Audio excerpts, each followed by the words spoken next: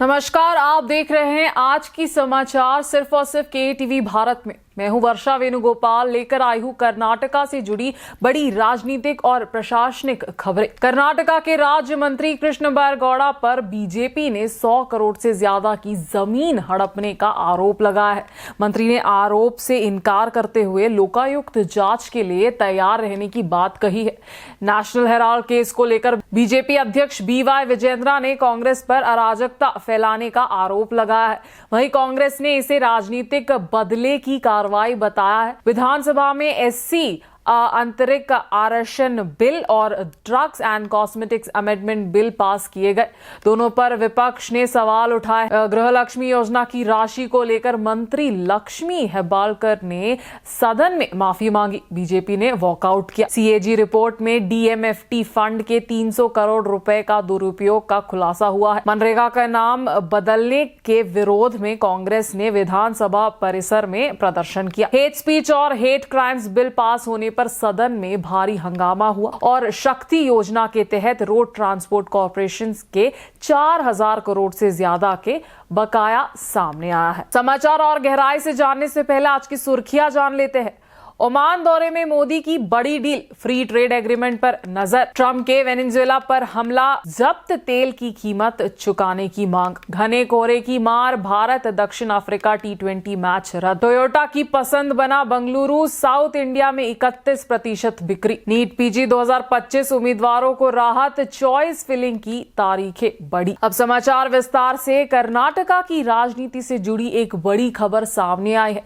राज्य के राज्यवास मंत्री कृष्ण बैरगौड़ा पर 100 करोड़ रुपए से ज्यादा की जमीन हड़पने का आरोप लगा है। यह आरोप विपक्षी पार्टी बीजेपी ने लगाया है।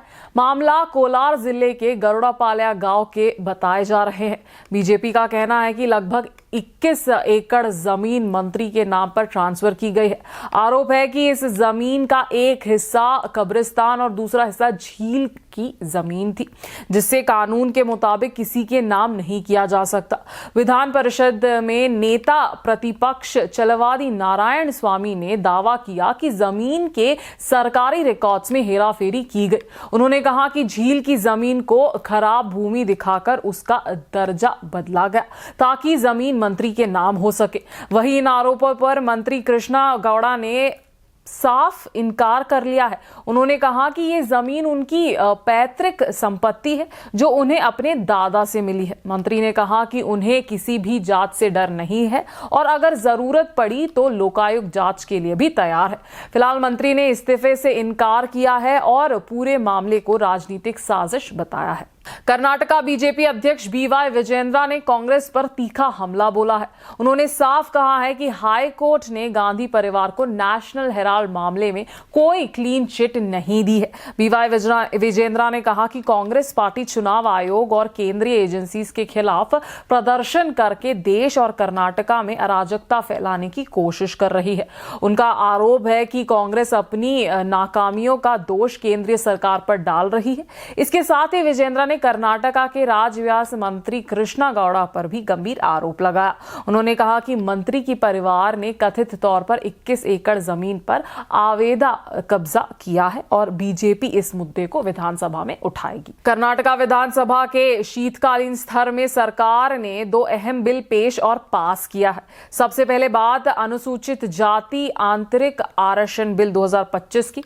सरकार ने राज्य में मौजूद 17% SC आरक्षण को 3 हिस्सों में बांटने का प्रस्ताव रखा है। इसके तहत दलित लेफ्ट और दलित राइट समुदायों को 6% जबकि लंबानी, कोरामा, कोराचा, भूवी और अन्य बैकवर्ड क्लास समुदाय को 5% आरक्षण मिलेगा।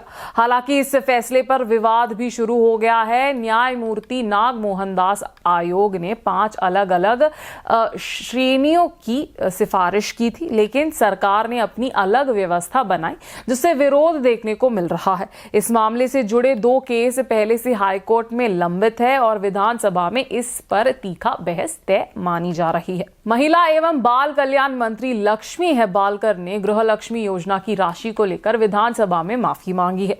मंत्री ने स्वीकार किया कि उन्होंने अनजाने में सदन को गलत जानकारी दी थी।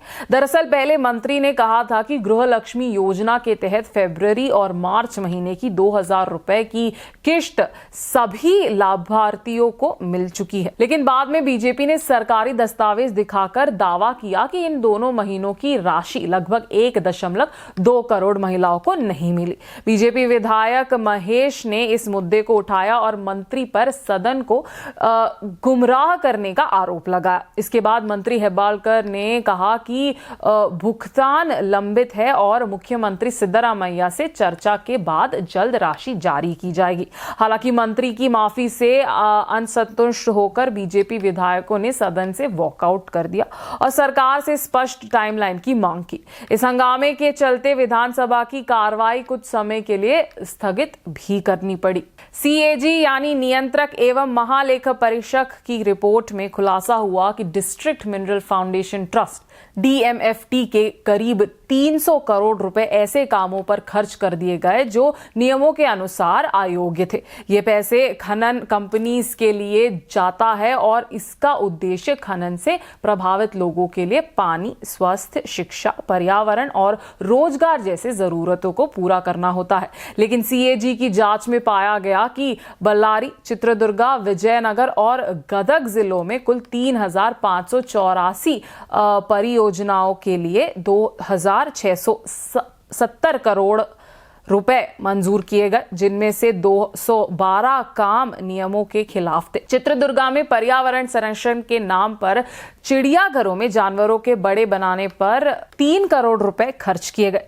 वहीं बल्लारी में सड़कों और पानी के लिए तय धन से पुलिस स्टेशन, सरकारी दफ्तर और हाई मस्ट लाइट्स बना दी गई।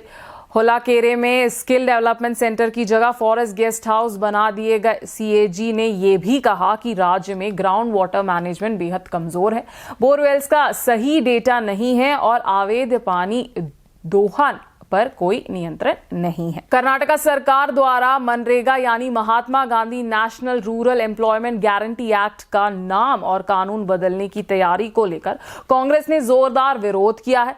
कर्नाटक के मुख्यमंत्री सिद्धरामैया और deputy chief minister DK Shivakumar ने सुवर्णा विधानसभा में कांग्रेस विधायकों के साथ प्रदर्शन किया। कांग्रेस का आरोप है कि केंद्र सरकार मनरेगा से महात्मा गांधी का नाम हटाकर सिर्फ राजनीति कर रही है। डीके शिवकुमार ने बीजेपी को खुली चुनौती देते हुए कहा कि अगर गांधी जी का नाम हटाना ही है तो पहले करेंसी नोट से महात्मा गांधी की तस्वीर हटाकर दिखाइए। उन्होंने कहा कि मनरेगा संविधान संशोधन के जरिए लाया गया कानून है, इसे आसानी से बदला नहीं जा सकता। शिवकुमार ने यह भी आरोप लगाया कि बीजेपी नफरत की राजनीति कर रही है और कांग्रेस नेताओं पर झूठे केस थोपे जा रहे हैं। उन्होंने सोनिया गांधी और राहुल गांधी का जिक्र करते हुए कहा कि हाल ही में दिल्ली के एक अदालत ने ईडी के मामले में संज्ञान लेने से इनकार कर दिया है। वहीं बीजेपी ने कांग्रेस के विरोध पर पलटवार करते हुए कहा कि कांग्रेस का गांधी से प्रेम दिखावा है और ऐतिहासिक तौर पर वही गांधी की बातों को नजरअंदाज करती रहती है। कर्नाटक विधानसभा में आज एक अहम और विवादित बिल पास कर दिया गया है। इस बिल का नाम है कर्नाटका हेट स्पीच और हेट क्राइम प्रिवेंशन बिल 2025। यह बिल सरकार ने नफरत फैलाने वाले भाषण और अपराधों को रोकने के लिए पेश किया था। गृह मंत्री जी परमेश्वरा ने बिल पर चर्चा की शुरुआत की और कहा कि समाज में बढ़ती नफरत और हिंसा को रोकने के लिए ये कानून जरूरी है, लेकिन विपक्षी पार्टी बीजेपी ने इस बिल का जोरदार विरोध किया। बीजेपी का आरोप है कि ये कानून अभिव्यक्ति की आजादी पर हमला है। विधानसभा में विपक्ष के नेता आर अशोक ने कहा कि इस कानून के तहत पुलिस हिटलर की तरह काम करेगी और आम लोगों की आवाज दबाई जाएगी। विरोध के दौरान विधानसभा में भारी हंगामा हुआ। बीजेपी विधायकों ने नारेबाजी की और आर अशोका ने विरोध जताने के लिए बिल की कॉपी तक फाड़ दी। हंगामा के कारण बिल पर पूरी बहस नहीं हो पाई। इसके बावजूद सरकार ने इसे पास करवा दिया। अब ये बिल कानून बनाने की दिशा में आगे बढ़ गया है, लेकिन आने वाले दिनों में इसे लेकर राजनीतिक बहस और कानूनी चर्चा और तेज होने की संभावना है। कर्नाटका में शक्ति योजना को लेकर अब बीजेपी और कांग्रेस के बीच सियासी घर्षण तेज हो गई है। दरअसल विधानसभा में सरकार की ओर से दिए गए लिखित जवाब में सामने आया है कि महिलाओं को मुफ्त बस यात्रा देने वाली शक्ति योजना के तहत राज्य के 4 रोड ट्रांसपोर्ट कॉरपोरेशन के 4,000 करोड़ रुपए से ज्यादा के बकाया है। ये बकाया रकम 2023-2024 में करीब 1,180 करोड़ था, 2024 से 25 में 1,170 करोड़ और 2025 से 26 में नवंबर तक 1,655 करोड़ है। कुल मिलाकर ये राशि 4,006 करोड़ से ज्यादा बैठती है। सरकार के मुताबिक जून 2023 से अब तक करीब 650 करोड़ महिलाओं ने मुफ्त बस यात्रा का लाभ लिया है। हालांकि सरकार का दावा है कि अब तक 11,748 करोड़ जारी किए जा चुके हैं, लेकिन पूरा भुगतान अभी नहीं हुआ है। इस मुद्दे पर बीजेपी ने कांग्रेस पर गंभीर आरोप लगाया है। बीजेपी का कहना है कि समय पर पैसा ना मिलने से रोड ट्रांसपोर्ट कॉरपोरेशन घाटे में जा रहा है और सार्वजनिक परिवहन व्यवस्था खतरे में है। वहीं कांग्रेस ने बचाव करते हुए कहा कि शक्ति योजना महिला आरक्षण के लिए है और बाकी बकाया राशि भी जल्द जारी कर दिया जाएगा। तो ये थी आज की ताजा खबरें। देश और दुनिया में हर पल बदलती स्थिति पर नजर रखना बेहद जरूरी है। हम आप तक लाते रहेंगे सटीक और भरोसेमंद अपडेट्स। मैं हूं वर्षा वेणुगोपाल, आपसे विदा लेती हूं। देखते रहिए KTV भारत।